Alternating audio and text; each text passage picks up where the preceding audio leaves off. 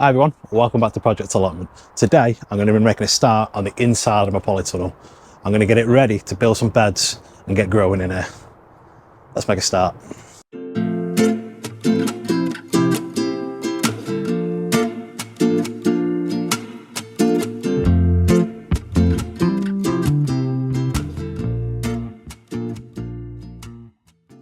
As you can see, there's quite a lot of work ahead of us.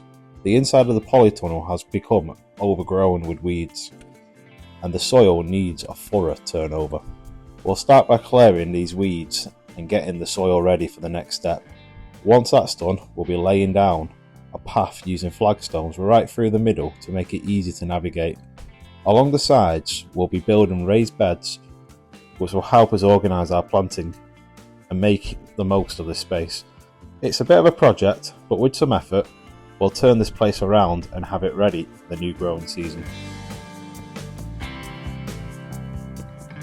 Okay, so day two, trying to sort the polytunnel. I made a lot of progress the other day, so currently just working on the ground, try to de-weed it, try to turn it all over.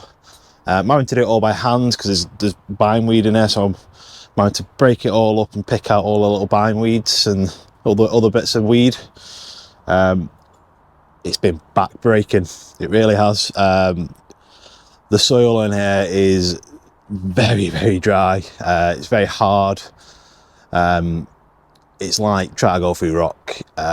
Thankfully, another plot lent me this pickaxe, which is making things 10 times easier. So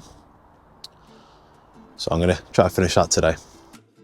As you can see, the pickaxe is making quick work of breaking up this compacted soil.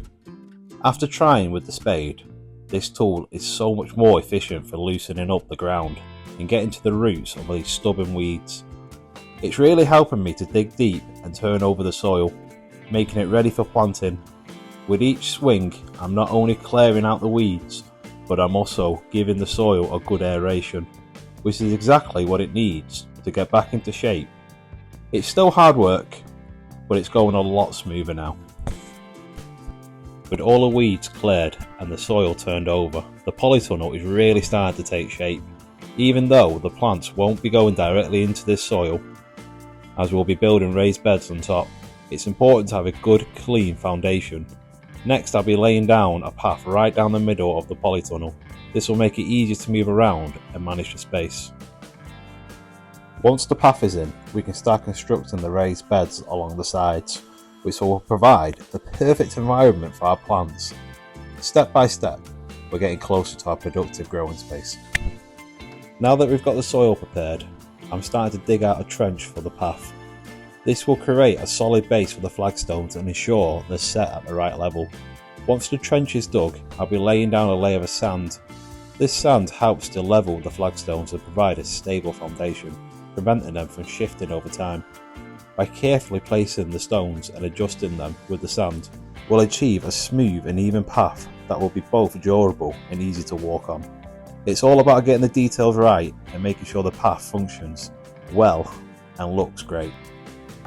Okay, so I've managed to turn over all the soil in here. The next job is to put a path in. So I'm going to have a path going right down the middle, around to the bottom. So I've started digging the trench out. I've marked it out, as you can see with the red rope I've got here. Got it down to where I want it to be. Just need to sort of fix the sides a little bit, and then I can start leveling it out with my sand, and then I'll put my flagstones down, and then the next job will be to put in a put our beds in. But yeah, I'll make a start with that now. With the trench dug, I'm now getting ready to spread the sand to create a level base for the flagstones. I started with 5 bags of sand, but it quickly became clear that I needed another 2 to get it just right. It's crucial to get this level spot on to prevent any wobbling of the flagstones. Once they're in place, by adding and spreading the sand carefully, I'm ensuring a smooth and stable foundation. This attention to detail will help keep the path even and durable, making sure the flagstones stay firmly in place and the path is comfortable to walk on. Okay, so that's the path in, all finished. Took a lot out of me, that. I'm not gonna lie. Next job is I'm gonna get some more scaffolding board, wrap it in my black plastic, stop it from rotting, and then I'm gonna start building my beds around. Yeah, so I'll make a start with that now.